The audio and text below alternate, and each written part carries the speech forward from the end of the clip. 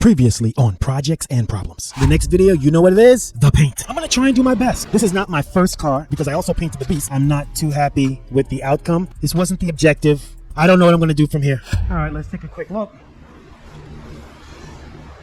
That's a fingerprint. I wonder how that got there. That's a little bit of trash. I'm gonna try and sand that out right on top. That's just an imperfection. Fans are doing their job.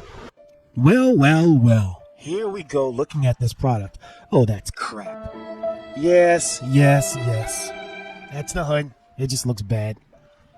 Oh, let's see what else we have. We have the fenders. Not offensive. Not great. I can see the paint. Look at the dent. That dent needs to come out. Oh boy. All right, look at the other fender. Reminds me of a motorcycle gas tank. The shape of the fender. And the front bumper. So I wasn't really upset about the front bumper. It did seem as though it wasn't thoroughly mixed. It was metallic and I saw streaks. Like, it didn't look that great. Now this is what I like. This is what stands out. So I put a clear coat on both of the headlamps, and these came out fantastic.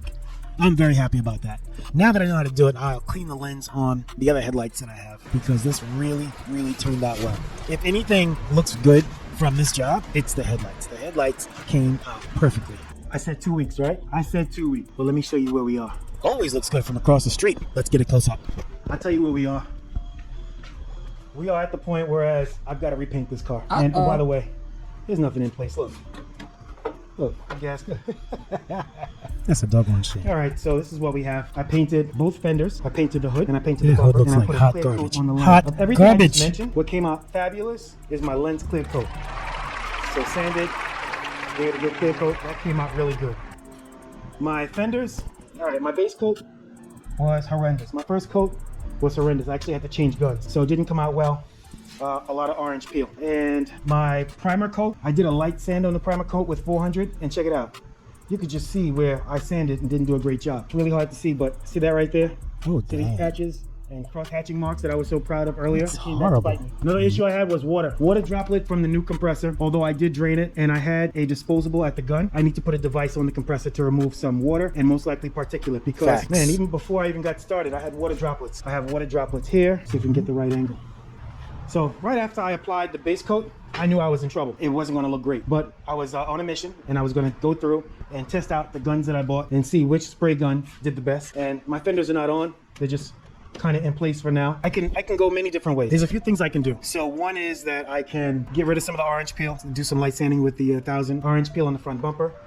Hold up, Project Fam. I just realized I've been saying orange peel, but haven't described what orange peel means. If you look at an orange has a textured surface. It's like a bumpy surface. That is the surface that I'm feeling on the car. It feels like a bumpy, textured surface, aka orange peel. Oh, look at this.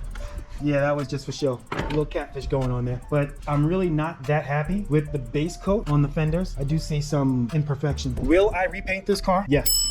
When will I do it? I'm not sure, because my goal was to get the car down. So as of right now, I want to let this clear coat cure a little bit more, and I'm going to sand it down and do it again. The objective is to get a better coat. At the very least, I need to redo the hood. At the very least. So how about we go with that? I will redo the hood, and I will these imperfections on both fenders for now, and that'll be it.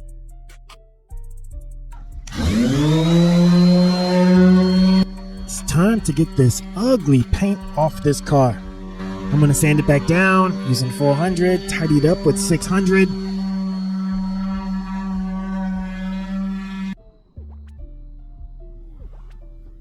So I decided to put some filler in some of the dents that I had, kind of clean it up a little bit.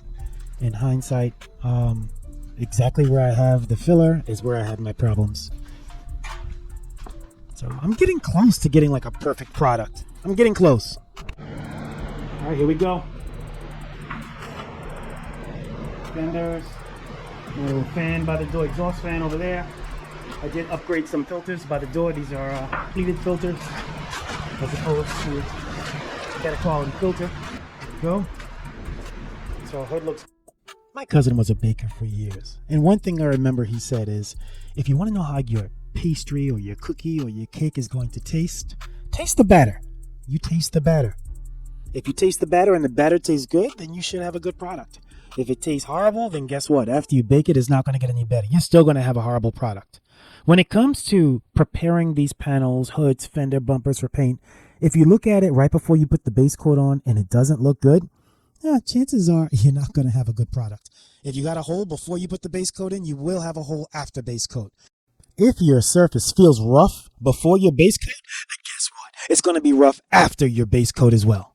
Big shout out to my cousin, the baker. Good. That's good. I upgraded. Put a filtration device over here. Bingo. Little filter. That was huge. And that's it. We should be good to go. So I'm going to shoot the bumpers with this. That gun is fire. It's nice and heavy. It's not plastic. That feels like real hardware. I'm going to say I did a really good job. Look at the bumpers. Look at the base coat on these bumpers. This is metallic. This looks flawless. This looks perfect. Base coat looks good. Done, done, done. Let's go check out the hood. Frunk.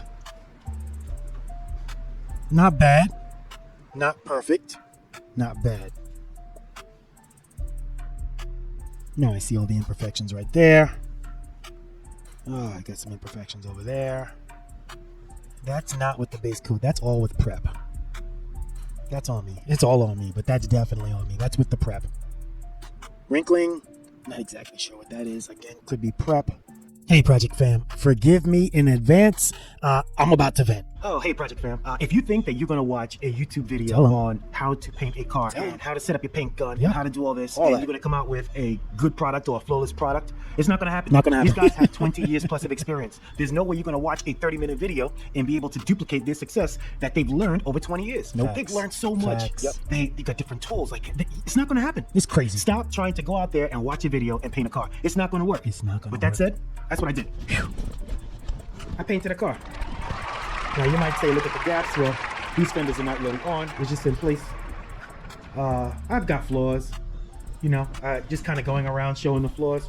Number one, no blending. So there is a difference in color from the new panel to the old panel. This is me being impatient and touching the paint before it's done. So I've got my handprint.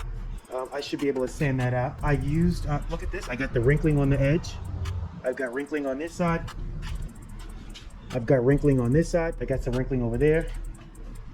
This is because I used a spray primer and I was doing some spot treatments and I didn't give it a chance to cure properly. I know that's it. I've got dirt. I can get that out. This is another issue. I was doing some body work and I used a spray can, a rattle can to primer.